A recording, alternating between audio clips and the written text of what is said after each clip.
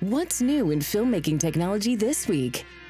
News, reviews, education, insights, opinions, and ideas from the CineD Newsroom with Nino Leitner and Johnnie Behiri. This is Focus Check, the weekly Cinetech podcast. Welcome to episode 3 of CineD Focus Check podcast. I'm here with Johnnie. Nino, how are you? I'm good, thank you. Last week was very, intense. What happened last week? Last week, I mean, everybody who listened to last week's podcast, we were just in time to record a little segment about the announcement of RED being purchased by Nikon. And we will not just talk a little bit about the aftermath, the online discussions, and also what that means for the industry and actually what's happening in general in our industry. Yeah, that's very important because obviously things are moving. Some will say even things are shaking. And we want to clarify a little bit about what's going on. Yeah, so people probably saw our article on the acquisition. We followed up with a poll for RED users to tell us what they wish to see after Nikon took over. And I think you can talk a little bit about the results here.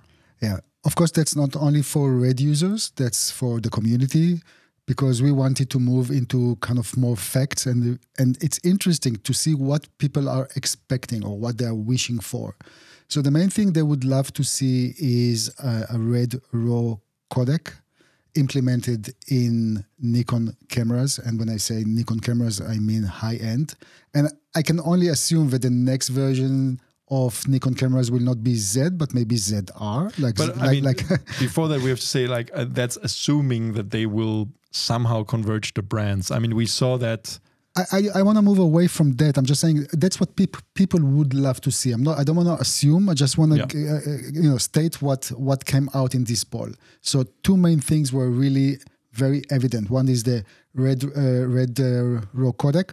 And the second thing, which is a bit surprising for me, but it's very important, it's a RED mirrorless camera, but a hybrid camera, meaning some people would love to see also some photo functionalities in future RED cameras. So whoever is watching the poll, we did our best in order to ask the people what they want. Hopefully, the people at Nikon will see the poll and go like, maybe interesting. And that can open new directions, of course, for businesses.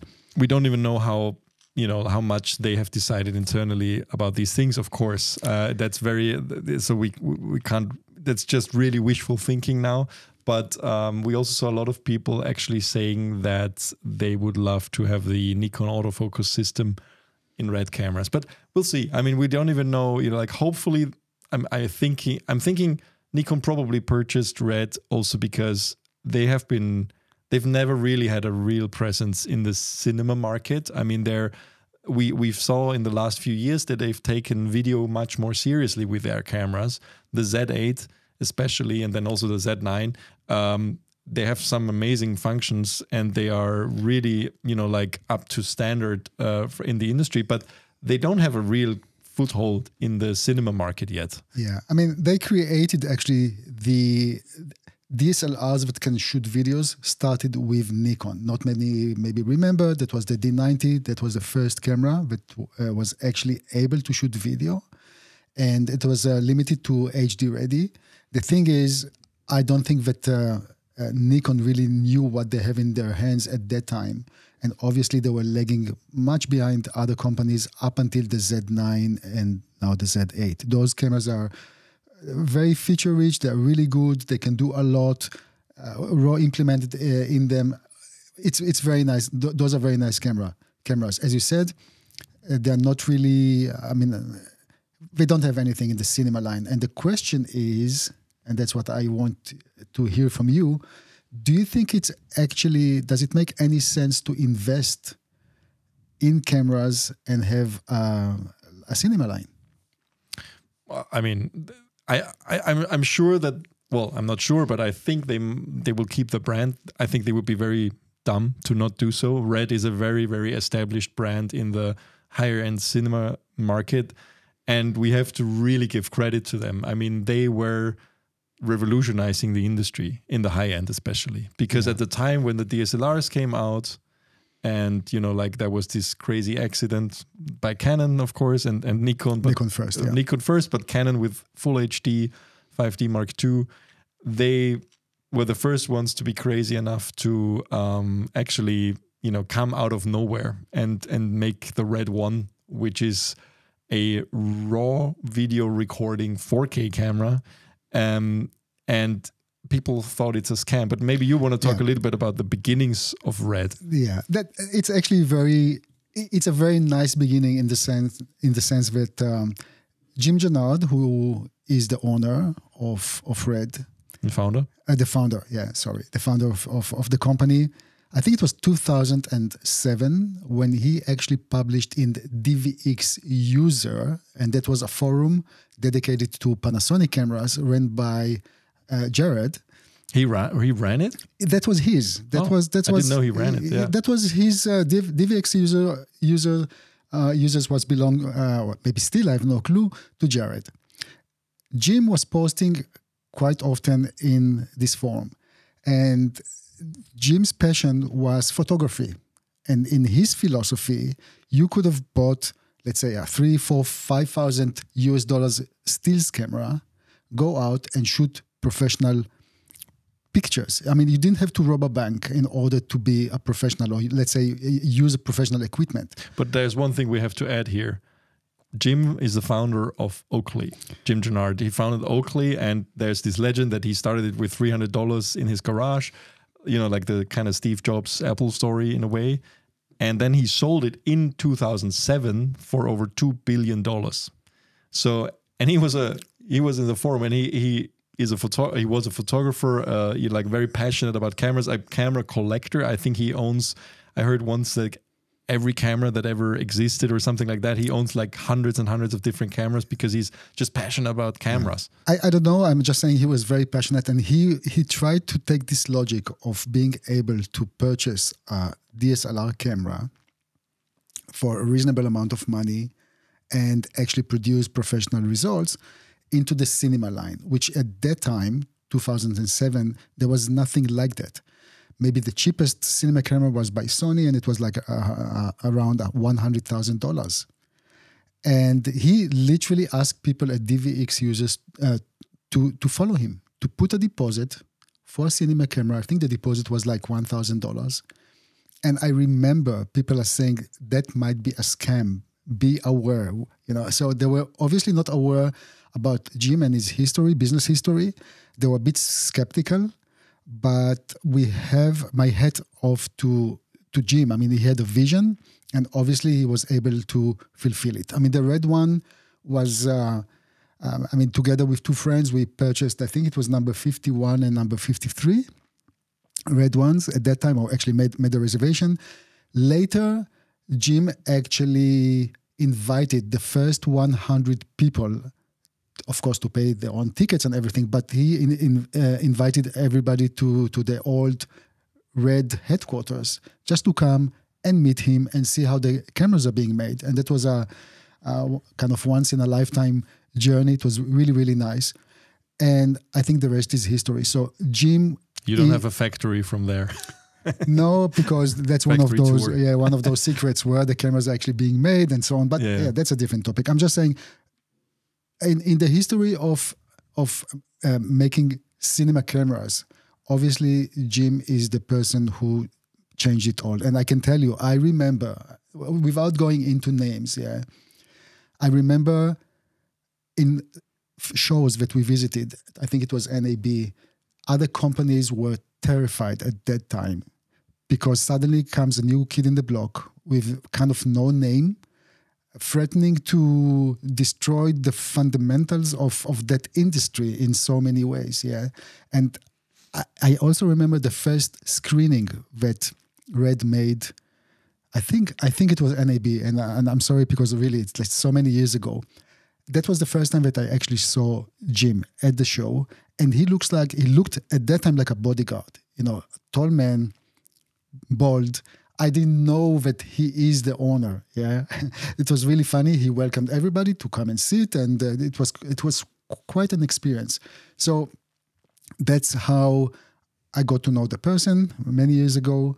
And it was also very nice to see how Gerald, I guess they simply bond together through the DVX user forum. And again, the rest is history. Yeah, and of course the footage was amazing. It was something that you haven't seen before. But we were guinea pigs, I mean, I'm talking about the first camera. It was literally a new firmware every week at that time. But you felt that you're part of something, and they managed to sell a vision, an idea, and a camera that didn't cost that much at that time, and literally allow people to express their ideas and enthusiasm and create cinematic looking footage with a tool that up until that time you never heard of. And I think it's important to point out for also our younger listeners that you have to think about the fact that at that time, cinema was film, right? It really was film. There were very few productions, very few, that were shot digitally. One of the pioneers was George Lucas with Star Wars Episode 1, which was shot on a Sony, I think was F35 or something like that, a very early digital camera that is one of those cameras that you mentioned that's, was above $100,000. But, you look at it now and it looks very dated in a way. Like it didn't have this, it was lacking this cinematic feeling in a way. And Red was really the first company that was able to deliver an image with all its faults and all the, the being public beta testers of a very small company, of course, that generated an image that had really character. It had grain, it looked similar to film, but it was different. And that was amazing. And Canon didn't make cinema cameras at the time. Nobody. I mean, there was Arri that with the D line, which was also crazy expensive, was not very successful. And the Alexa later on was kind of an experiment by Alexa was a make or break for Arri. It was but it was kind of like a small project within Arri that ended up being really successful. But before that, they didn't have, I mean, they were established for film cameras, like the traditional mechanical film cameras, and everything was shot on Kodak or Fuji stock. When I started in the industry 2005, 2006, I was working for production companies shooting commercials, and I was either PA or camera assistant, and everything was shot on 35mm film. That was normal. And nobody would even dare to go to video because that's why, and that's how it was perceived. That's, first of all, the DSLRs, of course, were not at all taken seriously because of course, I mean, that's like at the time, image folds, moire, all those rolling shutter things, everything, they were simply not made for cinema. That only changed. And then Red came along. And so it kind of from both ends, we had this, suddenly the low-end DSLRs were entering the market with something that could shoot HD video with a shallow depth of field, because it was all about that, right? And more light sensitive than any of those small sensor video cameras, of course, because of the big sensor. And then on the high end, we had this renegade Red that came in from nowhere and really upended the industry. Yeah. But anyway, this is a bit of history. And obviously, this kind of acquisition by Nikon took us all by surprise. And it's really amazing to see how the market is reacting. I mean, personally, I was approached by other manufacturers asking me/us, what do we think about this? Because don't forget, one of the main obstacles, or let's say one of the main challenges, will be how do you actually make a synergy of cultures here? Because the Japanese culture, or in the Japanese culture, everything is structured. Everything is very hierarchical. Clear. Exactly. Yeah. And here you have the wild child. Red was cowboys. Always... Yeah, I think they see themselves like that. It's fair to say. I mean, they are... I think there couldn't be more opposing cultures, right? Absolutely. I mean, it's like the revolutionaries in a way that really, there's a very nice video that we'll talk about in a second, actually, where Jared appeared in a live stream, which I think everybody should really take the time and watch. It's long, but it's worth it. And he was very excited to talk about the acquisition. And he also said, these opposing cultures, and, I think he always wears a hoodie. He always has a cap. He's very casually dressed. Everything is very much like low key in a way. It's very casual. The whole company and everybody who is a red shooter is like they are also seeing themselves as the renegades that kind of are painting the industry. And then you have this completely opposing Japanese corporate culture, which is also a much bigger company. I think that's also something we should mention. I mean, Jared mentioned that Red has, I think, less than 500 people working for them. That's tiny. And then you have Nikon with 20,000. Yeah, of course, not everybody is in the imaging industry in the sense of like making cameras, but it's a much bigger camera company and camera manufacturer. And I think it was nice also to hear from some colleagues who approached me, and they have an experience working with both Japanese companies and American companies, and they literally said, interesting times ahead. So I'm very much looking forward. It's a very nice, or it's an interesting experiment in a way.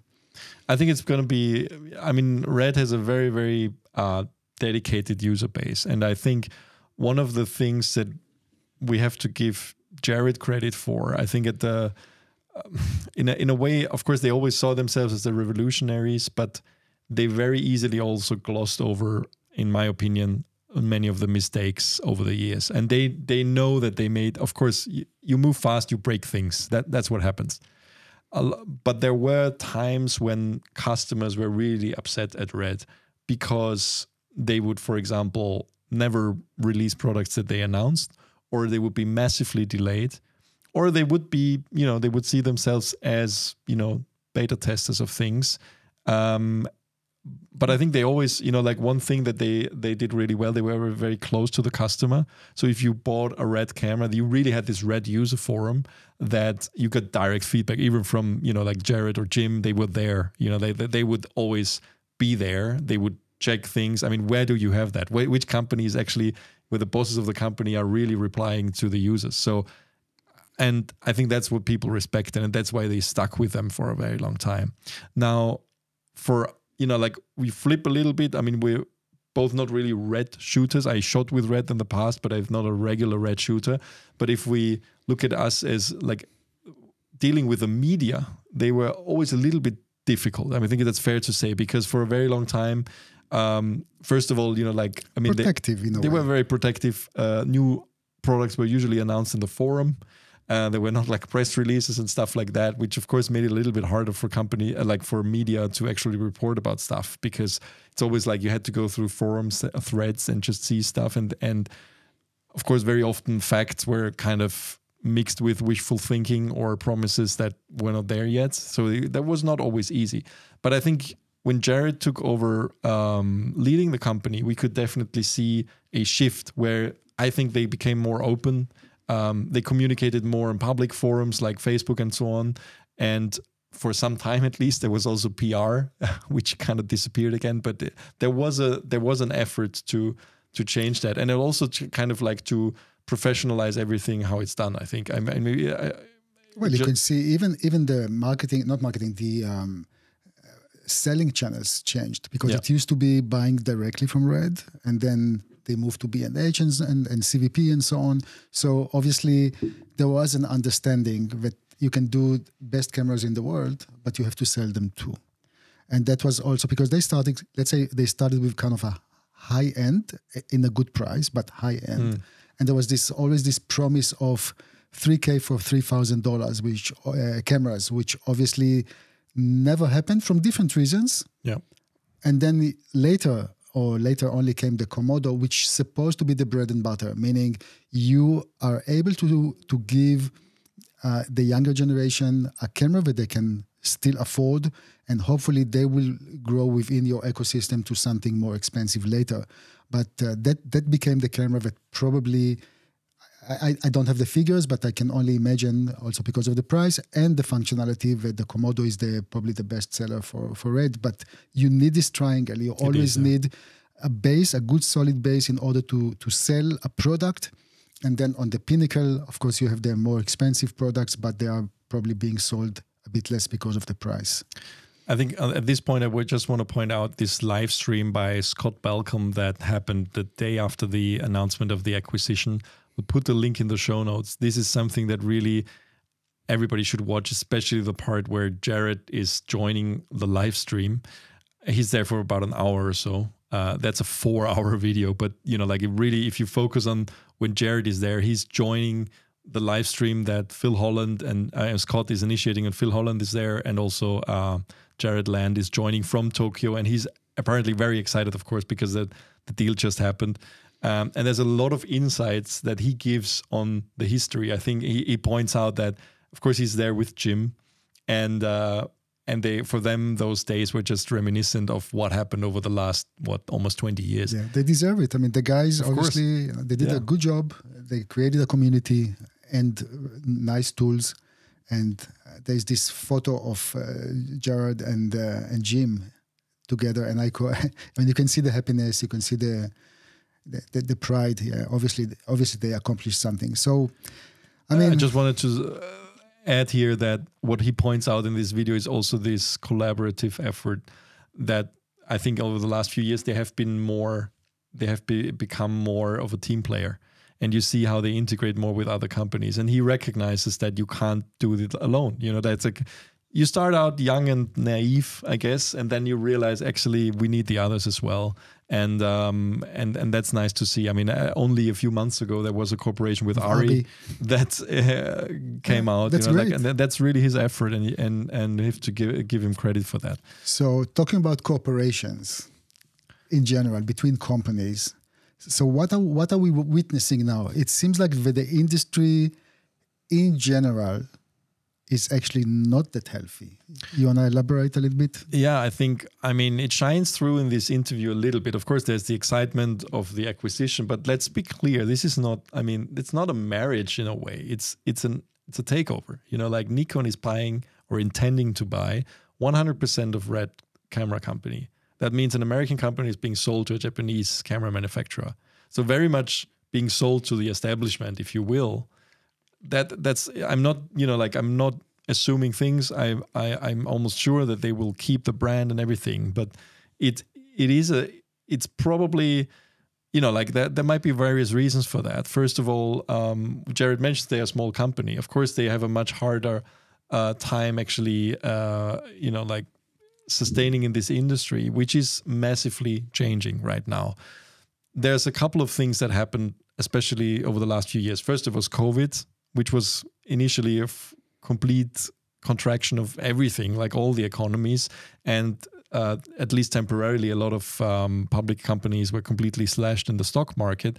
That changed quickly. Then, because of COVID, there was a crazy boom by the streamers because they needed to produce so much content for all the people staying at home. Suddenly, there was a lot more consumption on Netflix and all the others. Actually, a lot of streaming companies only started over those years. Yeah. And then suddenly, there was 100% of everybody who could literally hold a camera in some markets was filming, because we saw the UK had a crazy boom, the US had a crazy boom, France, Germany, everywhere. Yeah, and a lot of it was with the streaming companies, but on top of that, a lot of other companies, even if you were working in corporate films or commercials, people realized, well, actually people are consuming a lot more video, so let's invest more. Then COVID ended, and of course that spike also went down. We see it now with the streamers. They are in a massive consolidation space where prices are going up. Probably not all of those. We're kind of like, it's almost like having all those pay TV packages in the past. Now you have a lot of different streamers, so people are actually being more selected and canceling every other month and just subscribing when they want to watch a show. So it's become much harder for them to keep that level. And of course, it's not as high as it was during COVID. That immediately affected also production. So Netflix cut production a lot. On top of that, we have an economic downturn. We have a lot higher interest rates, which makes it much harder for big companies or any companies to invest, because getting credit is much more expensive. So that's the second thing. And last but not least, there's AI, which is mostly still looming. Everything that AI and generative images, especially, and generative text, anything AI generative will affect the industry. So I think it's also worth mentioning the strike that of course, the strikes massively. Exactly. Yeah. So, and there was also a hope when the strike will be over, that the industry will somehow gain some of the momentum. I'm not so sure how much this is happening. I have to say that we together have been at BSC in London. That's an industry show. And later I was at CP Plus in Japan. And we had the chance to hear firsthand from company owners or CEOs that the situation is really not good. And I don't want to be over dramatic here, but it's a matter of we never heard those people talking to us before about the state of the company, or sometimes it's between 30 to 70% drop in sales in certain segments. And we can see this because next to the economy and the strike and everything, there's also a huge competition because many more companies are now producing the same, let's say, tripods, lights, smoke machines, almost the audio. Every product that you want to point at, there's a huge competition. Everybody's competing on the pocket of in our pockets. So the question is, where is it all leading to? Do you think that we'll see more companies struggling, or more mergers, or more corporations? Well, like you said, I think a lot were holding out after the writers and the actors strike in the US were over. And this didn't only affect America, this also affected massively the UK, because the UK is so invested into producing for the streamers particularly. And we heard, as you said at BSC, that the economy didn't come back as quickly as they thought. I mean, now it's only March, right? It's those things take time to actually pick up speed again. But they still, now the strikes are over, but the companies are ready, the production companies are ready to produce again, but they face a completely different market because the streamers are just producing less. They're more selective. They're not going to throw their money at every script that's halfway ready to shoot. And of course, that immediately affects all the companies below. And as you said, like what happened during COVID, in a way that we can see, especially a lot of companies from China were entering a lot of markets that they weren't in before. So the traditional companies are probably facing a lot more competition than they were before. And now, on top of everything else, they have there's a bigger selection on the market. So all of this, it's coming together, and of course there are differences between different segments of our industry. But if you think about it, that's also something that Jared pointed out in that stream. Like, our market is tiny. I mean, of course, if you look at like the cinema market or any like the professional video market, in comparison to photography or even like anything else, it's minuscule. It's really, really small. And you have, like you said, so many different players now competing for the same money, from whether it's independent shooters or production companies, or it doesn't matter. It's a very tough time. And we already see the consolidation happening in the market. And I think right now, this is only the tip of the iceberg. Now, Red selling to Nikon might be because of this also. There is also a backstory to this, which also Jared pointed out, so that's not even speculation. We know that Jim Gennard, he retired originally in 2013 from Red. That's when Jared took over as the general manager. I don't know exactly what his role is called, but essentially he's like the face of the company. And Jim really stepped back. He probably still owns either the majority or the entirety of the company. And at that time, it was his first retirement. He came back for the Red Hydrogen phone, which many people actually forget. And I'm sure they actually want us to forget it, because it wasn't a successful product. And they admitted that it was a failure, and it was also pulled back.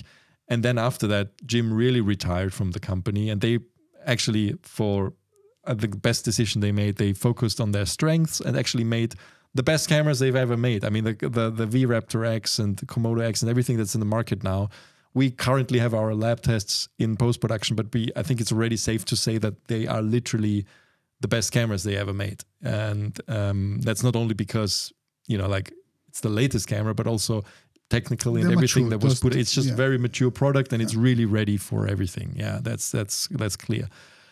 So Jim retired twice, and he's now, I think, 74 years old. So I'm sure he's ready for an exit, right? I mean, he's not emotionally invested as much in the business as much as he used to be, it seems, of course.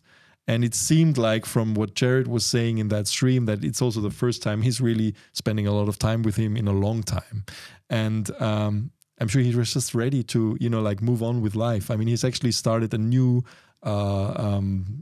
sunshade company I saw on his Instagram, which is, I guess, more like a hobby or whatever, I'm sure he's one of those guys who can't get enough, and just because he just wants to keep creating. I think he certainly doesn't need the money anymore. He just wants to do stuff.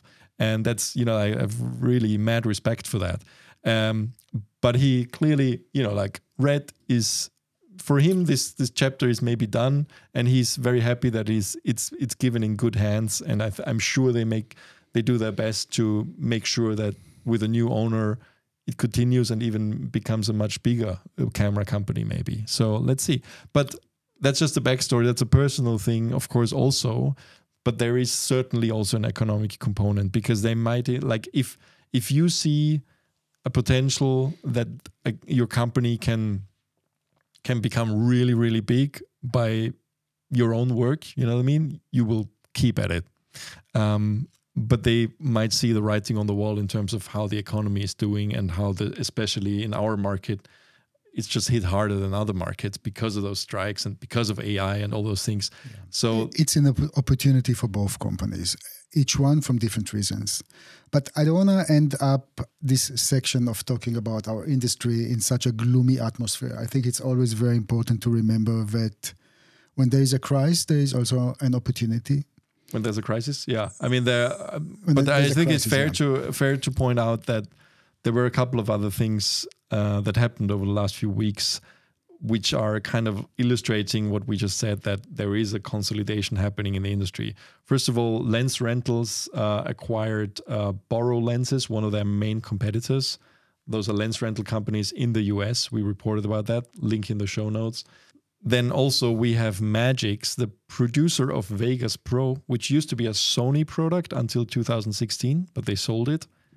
They filed for insolvency. Magix is a German company that also makes some other video editing solutions, and also a music maker and some other stuff.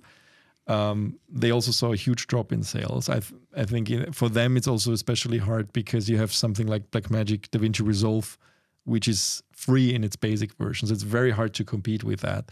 And we're pointing out in that article actually that our recent poll, like what NLE are you using? We saw over half of those 1,500 people that took part in the poll actually are using DaVinci Resolve, and very, very few are using Vegas Pro. I think 2.8%, that's nothing. I mean, it's very hard to sustain in this market. So Magix files for insolvency. Hopefully they will find a way to survive this. And then last but not least, Vazen lenses, those were anamorphic lenses from a Chinese manufacturer, officially ceased operations. So those were also lenses that were actually received quite positively in the way they looked, but apparently not an easy market to be in as a new company making anamorphic lenses. So they also stopped making stuff. So we see already this, and I think it's a tip of the iceberg. I think people will have to come together to work together. Yeah, like Jared said, actually, it's like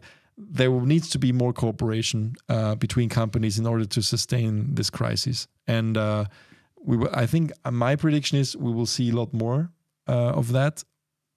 There will be quarterly results from a couple of big companies soon. Public companies, so we'll see how they do.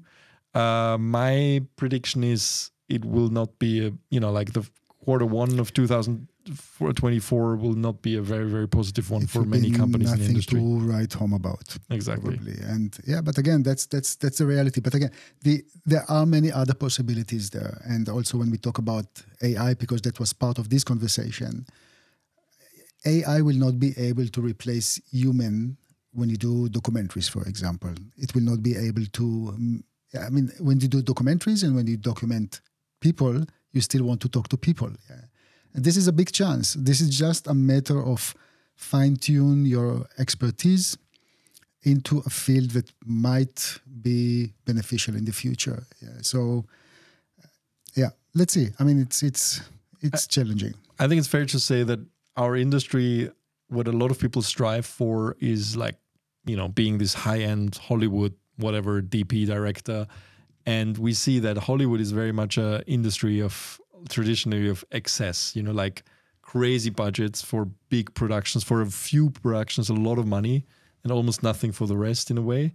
And I think that will change, you know, like I think there will be a realization by the big studios also that, and that there's a big discussion going on actually in Hollywood that I've seen.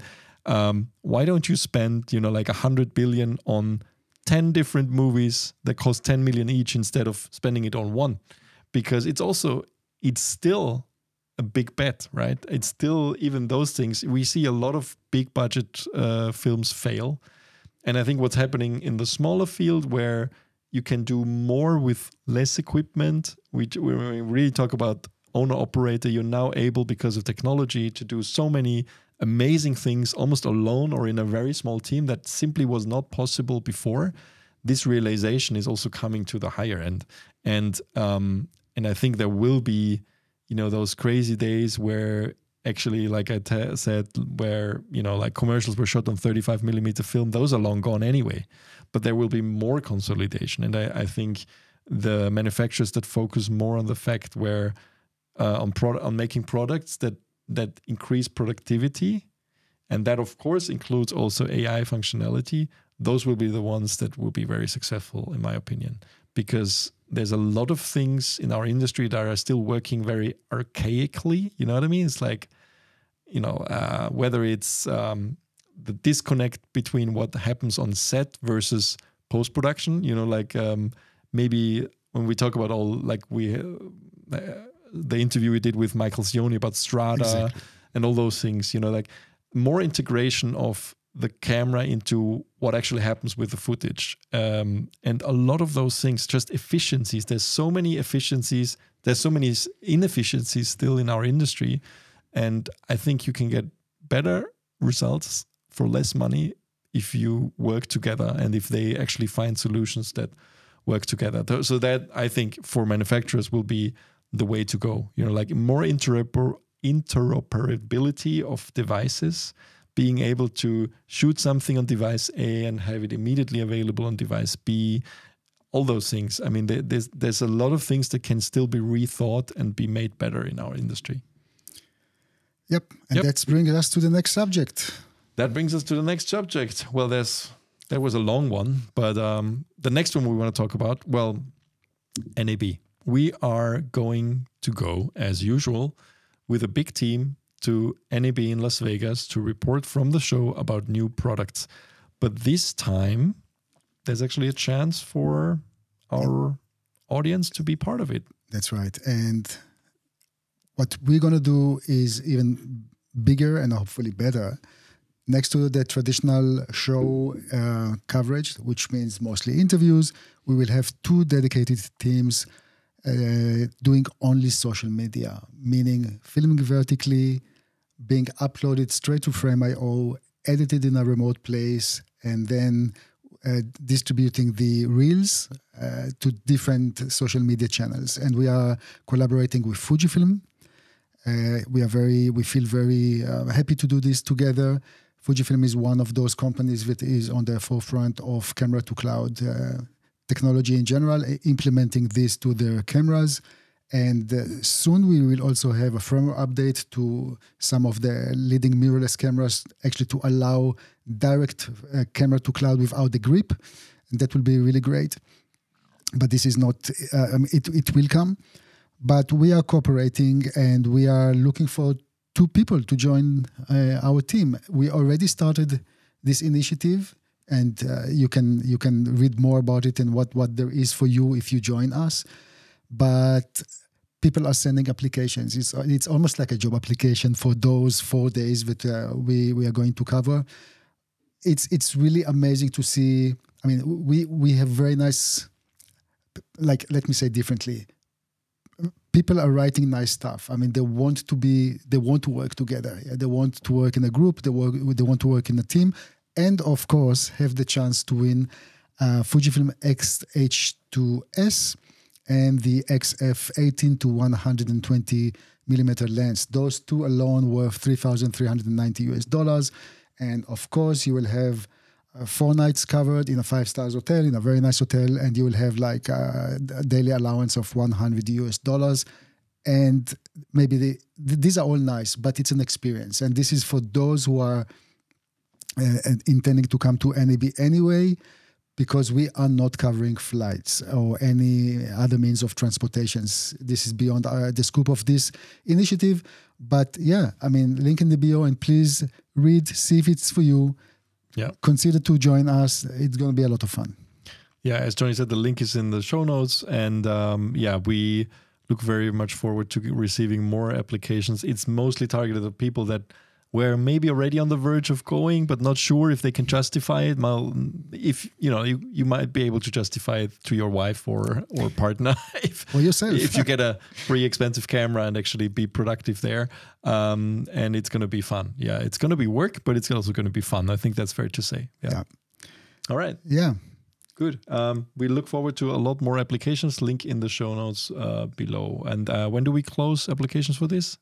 Now you caught me by surprise. Well, maybe in like 2 weeks or something like that. Something like this. Yeah, of course, so. we because what we will do, just that the overall structure after receiving, or actually very soon we will start to write those that we think that are the right candidates to work together with us, and we will simply conduct some one-on-one interviews just to get to know the people a bit better. Video calls. That's right, video calls, and then after that we will decide on those 2 people that will join us. Perfect. All right, let's move on. We just published another one of your nice factory tours. You actually spent some time again in Japan at Libec, and give us a little bit of a background on this. So Libec used to be a tripod manufacturer, and I say used to. It means they used to make only tripods, but they grew up and they're doing jibs and motion control and different stuff. And that specific tour was very important for me because this is one of those companies that actually is the 3rd generation who is running the company. It's a family-run business, yeah. And Koichi-san, who is the CEO and the president of the company, has a very interesting story about how things evolved. It was his grandfather who established the company many moons ago. And as Koichi-san stated in a very clear way, from the grandfather who saw an opportunity in the 60s and in the 60s and the 70s for producing some tripods, then the business shifted to the 2nd generation, and this transition didn't work out that well. And him being a 3rd generation took over, and he is literally very determined to take the company to the next stage. And one of the first things that he did was actually take the original location of the factory and rebuild it all from the ground up. Wow. So there is a new factory and a new headquarters, and we were invited to the opening ceremony of this facility. And then I revisited again, because of course when there's an opening of such a facility, many people are coming. There are distributors and business partners and so on. But I wanted also to spend some one-on-one time with Koichi-san and make a proper interview and hear more about the company. And it's just nice. It's nice to see how they're operating and what they do. They are very proud to develop and manufacture most of the stuff in Japan. There's another factory in Taiwan, and they don't have this urge to be the first in the sense of the biggest, but they want whatever they do to do well and give the best value for money for their customers. So it was very interesting to be there. The factory itself and the headquarters are not so far from Tokyo, kind of the outskirts. And I really hope that you guys will watch the factory tour. First of all, it's interesting. And we always say a brand or a brand name is just a name.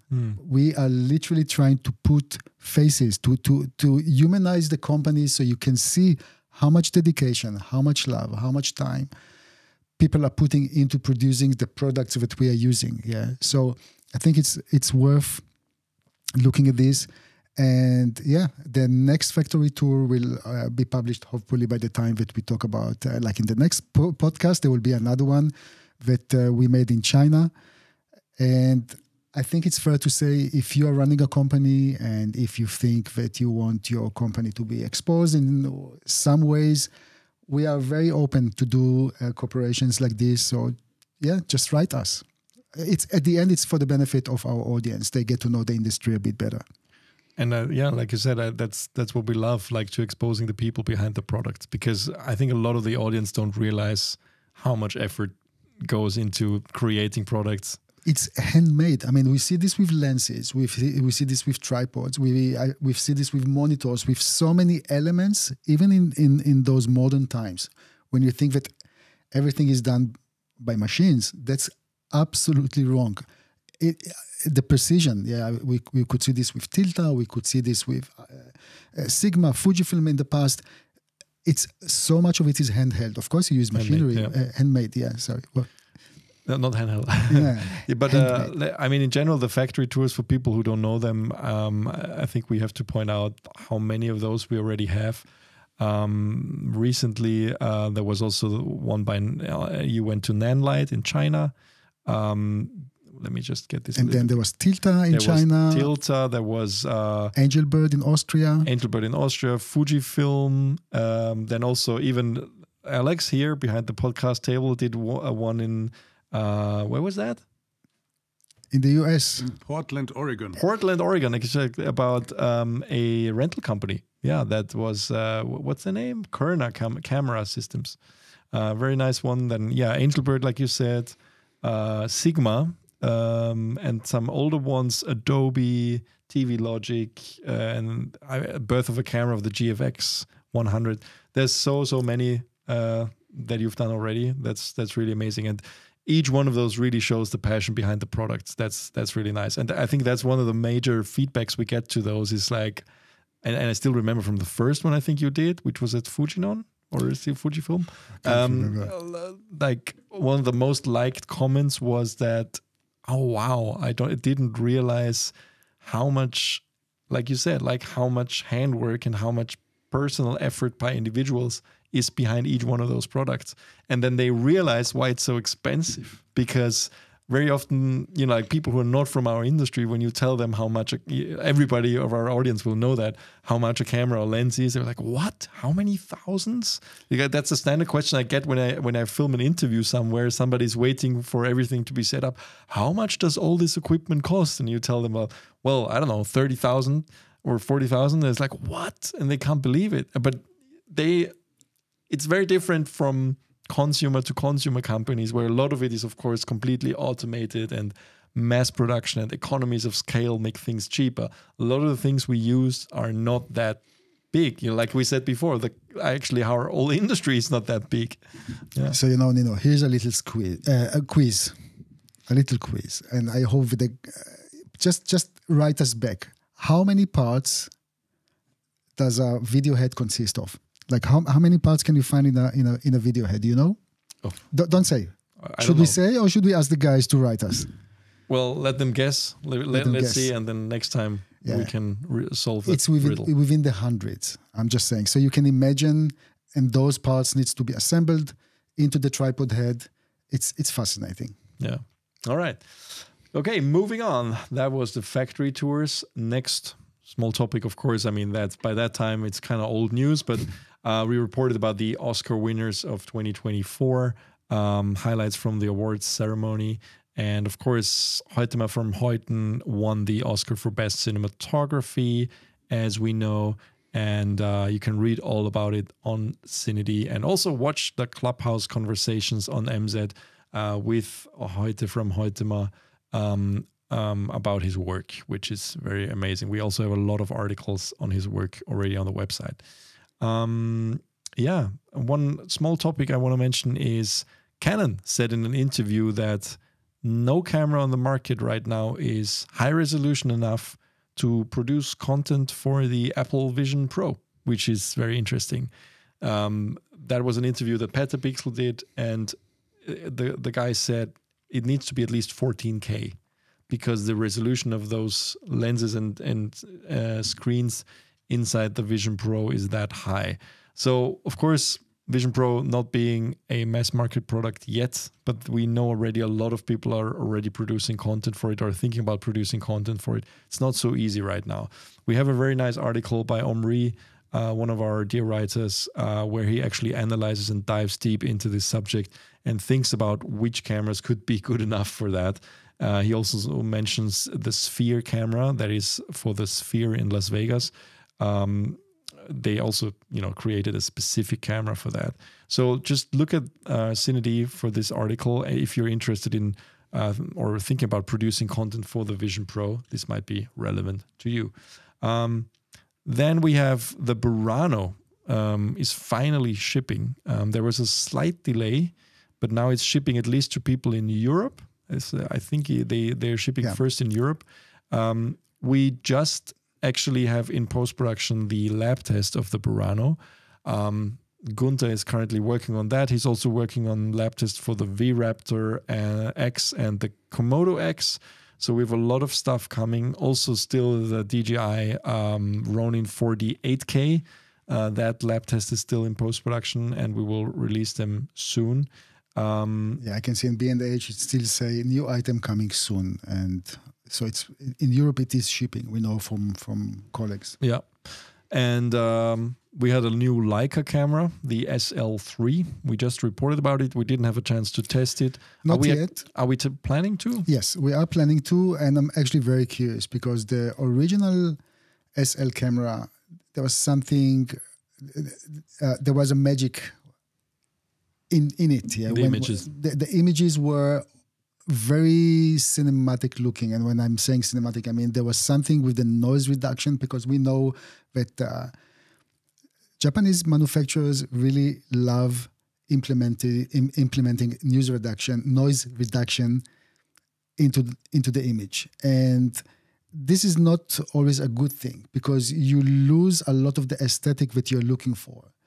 And with the original Leica SL, that was not there. There was very little, if any, noise reduction in camera built into the camera. And that's I heard from one of the leading guys in the company.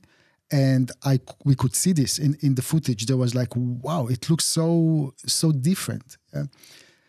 But the thing is that with time, and we know that Leica is cooperating with Panasonic together, you could see how, like in the SL2, for example, this kind of picture aesthetic kind of disappeared. Obviously, the manufacturer implemented more noise reduction into the camera. So I'm very curious to see where that one sits on which side of the shelf. Yeah, noise reduction really turned on very, very strong, or actually very subtle. So we'll see when we test it. Well, it's also interesting. They finally put in a dedicated video mode, so they seem to be taking video much more seriously.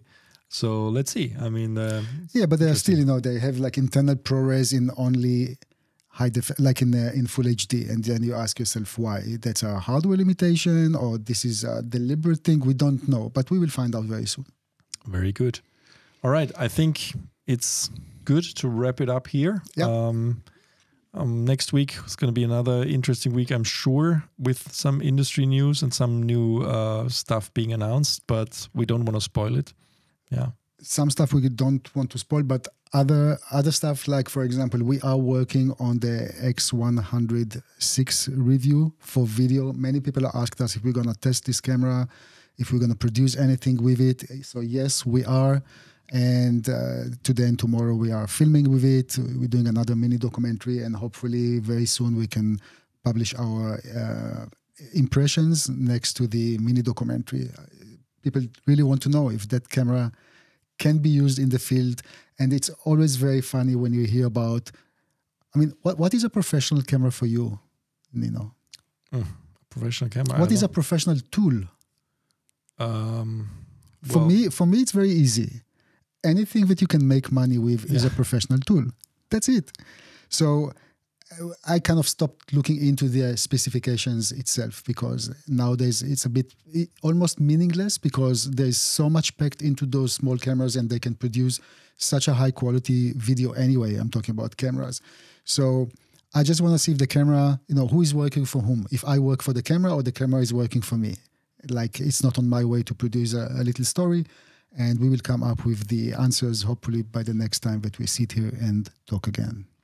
Yeah, I mean, Fuji X100VI, like we said in a previous episode, we haven't seen as much interest in a camera like on this one many times before, to be honest. And we heard from other outlets that also some of their most popular videos were on this camera. So we see like people really want to see more about it. So very curious to what you're going to be shooting with it. Yeah. Good. All right. Thank you, everybody. Just be sure to subscribe to our podcast if you haven't yet. That will really help us to keep this going. We are on Spotify, we are on Apple Podcasts, we are on YouTube, and we are also on all other services that offer podcasts. Please subscribe. Please give us a good rating there if you like what you heard, what you listened to, or what you saw. And thanks for watching. See you next time. Thank you, guys.